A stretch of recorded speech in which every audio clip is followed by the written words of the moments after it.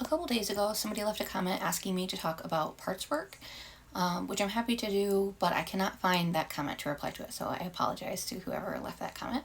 I am not a therapist or other mental health professional, so take everything with a grain of salt. I am a therapy client, psychology, and trauma nerd. I really, really love parts work now, but it has taken me a while to come around on that and even to really understand what it was. For a while, I could not wrap my head around how parts work could or would make any sense for anybody who didn't have alters, DID, or what used to be known as multiple personality disorder. But most, if not all, types of parts work are not intended just for people who have alters. IFS specifically is a really popular type of parts work that is based on an idea that literally all people have parts. It is not even something that you need to have any amount of trauma in order to have, according to that modality. I know structural dissociation is a modality that believes it is exclusive to trauma, so that modality is for people who have had at least one traumatic experience. But yeah, it doesn't have to be something where you have alters or you have multiple personalities. Discovering your personal parts, I think, is a tricky thing for me to try to assist anybody with, because I think what parts you have are going to depend on which parts work modality you're talking about. And that's something else too, is I think sometimes people think parts work is one modality, but it's more of a category of modalities. So IFS is one type of parts work, inner child work can be a type of parts work, structural dissociation is a type of parts work. There are others. Those are just the three that I have experience with. So those are what I'm going to be talking about. But if I were to try to make a list of my parts using IFS framework, that would be different than my list of parts if I was looking at my parts through structural dissociation framework. So it's hard for me to, I think you kind of have to pick a modality if you want to start trying to find some of your parts. But I really, really love parts work because I have yet to go into a therapy session where they do parts work with me not feeling like it was a really, really powerful, beneficial therapy session.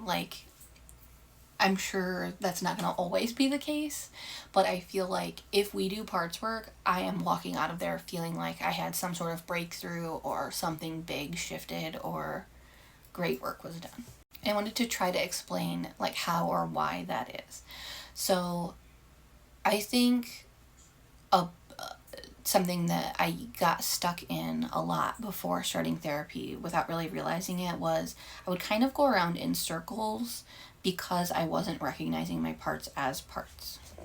So if you have a pattern in your life where you feel like you kind of spin around between oh, I really want to make this change, and then, oh, maybe I don't really want to make that change. Oh, maybe I do. Oh, maybe I don't. That's likely two parts that are sparring. One part wants to make the change, the other part is afraid to make the change. And sometimes with parts work, you can come to understand what one or both of those parts are trying to protect you from, what their goal is, what their beliefs are, and kind of figure out which one of them is more aligned with either who feels like the true authentic you, or who the ideal you is.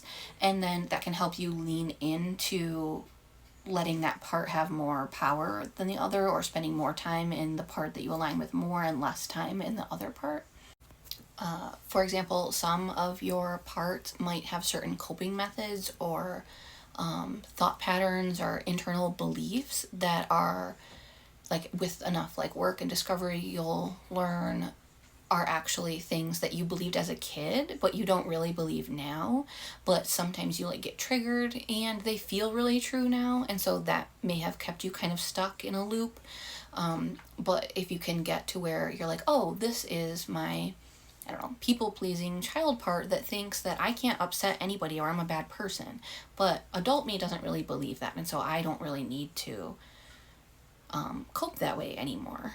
And so, but also it can let you empathize with that younger part of yourself that is like really scared, and that's why it's reacting that way. And so it's like usually it needs kind of some comfort and empathy, and to like be seen and heard and understood. But then you can kind of encourage it to like trust like the more adult version of you, or the more like core self version of you, and realize that you have more skills now and you can cope with things in a different way, which can allow you to make those changes that you want to make, but without just like criticizing and silencing that part of you that does want to people please.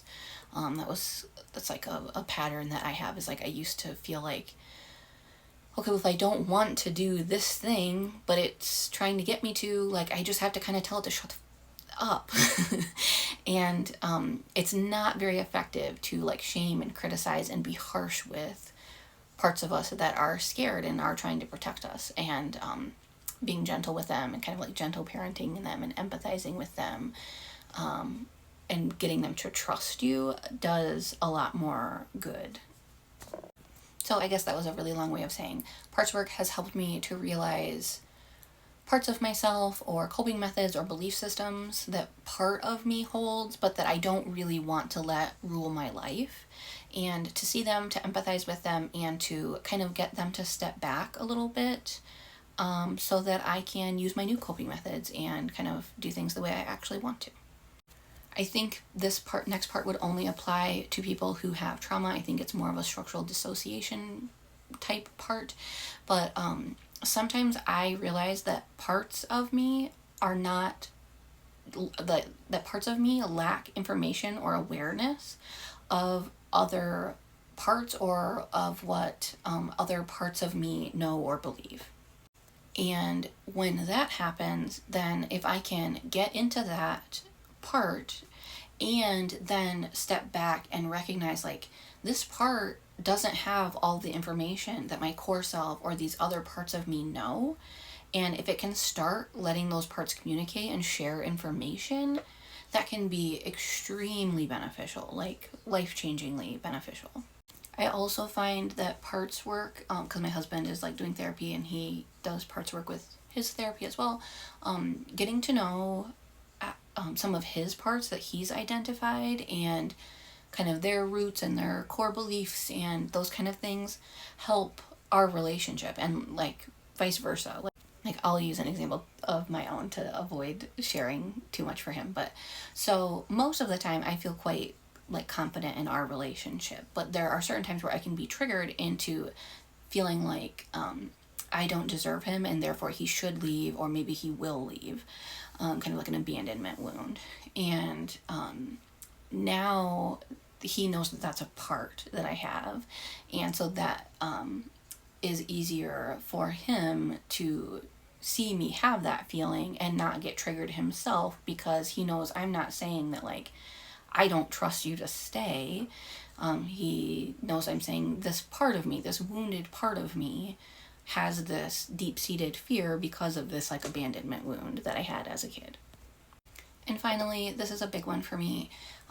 This whole like understanding parts has allowed me to get in touch with things that I believe, or that my nervous system believes, or my like emotions or trauma brain believe, that I didn't know I believed. And because I used to just only identify with my thoughts. So I was really cutting out a lot of information that I should have been bringing into therapy, because I didn't even realize that my body believed things that I didn't believe. Or maybe another way of saying this is like it taps into the unconscious a little bit, but that is really helpful as well for just being able to work with stuff that's there that you couldn't see before.